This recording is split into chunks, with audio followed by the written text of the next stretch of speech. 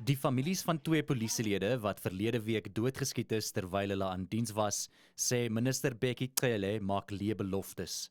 Cele het die families vandag besoek. Die minister sê dit is hoogtyd dat die weermag weer op die Kaapse vlakte ontplooi word. We need to do an extra here.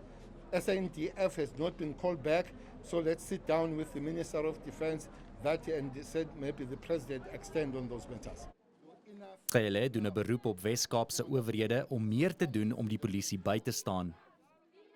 At all levels, we need to work together on this matter. I was so much impressed about what the Premier of Gauteng did. He put a lot of resources in the South African police, working with them, bought actual 100 cars. The visit to this community by the provincial government has not taken place. It tells me that maybe we've got a different posture when it comes to fighting crime and all that. Polisiekenner Eldred de Klerk sê sulke besoeke aan gemeenskappe is nie die oplossing nie. So ons moet begin praat met mekaar. Nie net wag wanneer iemand seer kry nie, wanneer iemand dood is nie. Dis 'n tweegesprek wat daagliks moet geskied.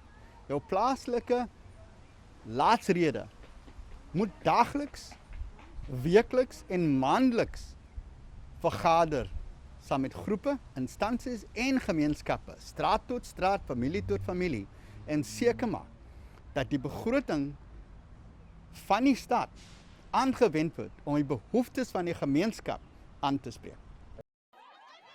Cele het ook die families van 6 inwoners van Mitchells Plain wat onlangs in skietvoorvalle dood is, besoek.